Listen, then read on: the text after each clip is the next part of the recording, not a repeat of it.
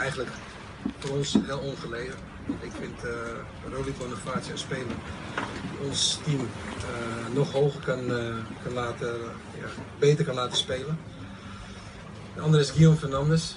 Die had problemen met zijn nieuwe club Perth in Australië, met zijn visum. Dus die heb ik ook gezegd van nou, regel eerst je zaken en kom dan als je klaar bent terug, want hij heeft ook nog geen één wedstrijd gespeeld. Voor die posities heb ik Julian Gessiana opgeroepen en Dino Cornet. Die is voor de pers denk ik niet echt bekend. Maar daar zullen jullie vast wel wat meer over te weten komen. Voor de rest ben ik blij om terug te zijn op het eiland. En hoop ik dat wij aankomende vrijdag een hele mooie wedstrijd op de mat kunnen zetten.